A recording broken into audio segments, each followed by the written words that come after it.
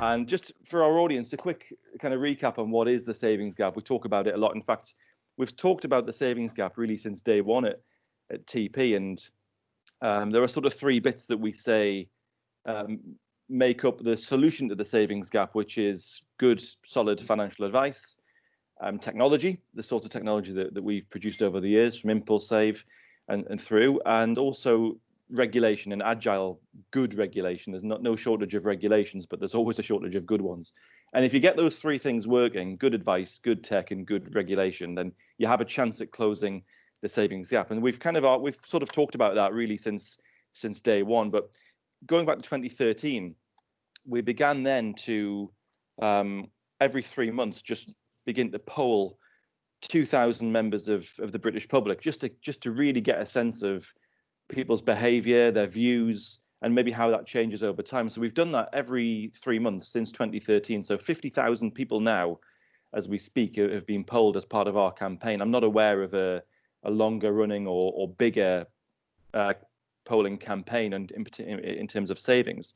And the data we've amassed is huge. The latest round of that research was just completed a couple of days ago. So we're going to talk now a little bit about some of the results of that and some of the responses we got back from that poll, and then we'll talk about maybe some of the reasons you think people might have responded the way they have. So for a little bit of fun, this will be a mini little quiz format. So fingers on buzzers, please. Question number one that we asked our polling panel, was: has their savings behaviour changed over the last 3 months compared to normal? And we might all have a view on what they might have said, but the options they had were that whether they'd saved less, whether they'd saved more, or whether their savings have broadly remained about the same. And this is just 2,000 members of the British public, chosen at random, but representing the British population. So completely representative. So I'll come round you. So how many people? I'll come to Daniel first. Do you think, what was the biggest group, if you like, to have saved more, to have saved less, or to have stayed the same? What do you think? Saved less. You think more people saved less. Jeff, how about you? Are you in agreement, or are you going to go for a different one? I'll go for a slightly different one and say that the savings behaviour just stayed the exact same. They didn't adjust it. Okay. So I should keep a note of this, shouldn't I? A little tally chart. So Daniel goes for saving less. Jeff says stayed the same. And David? I can't find my buzzer. I'm looking for the buzzer on the desk. I can't. It's just on your screen. If you just press it right in the middle of your screen. Okay, because you said fingers on your buzzer, and I think they're saving more. Okay.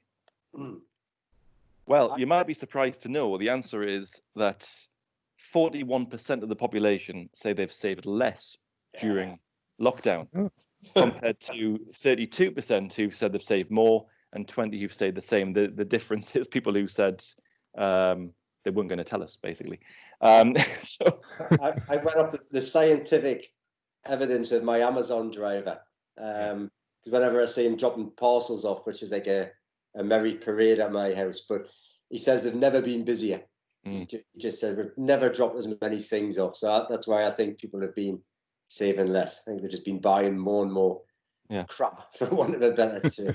It's a bit evident today as well with UK retail sales numbers this morning, and you could see quite a bounce back in retail sales month on month. So we're down 18% in April year on year. We're down about 9% year on year for May. So quite a big month on month improvement. So some evidence of that there. It is interesting, isn't it? I wonder where the money's going then. Yeah, you would think people would be, while they're not working, they're not spending money on petrol or getting to work, that sort of thing. You might wonder why people are spending more, given that they should have a lot more cash to potentially save, and also with the backdrop of coronavirus, a bit of worry possibly. You might be a bit more inclined to put it away, but obviously not. So what?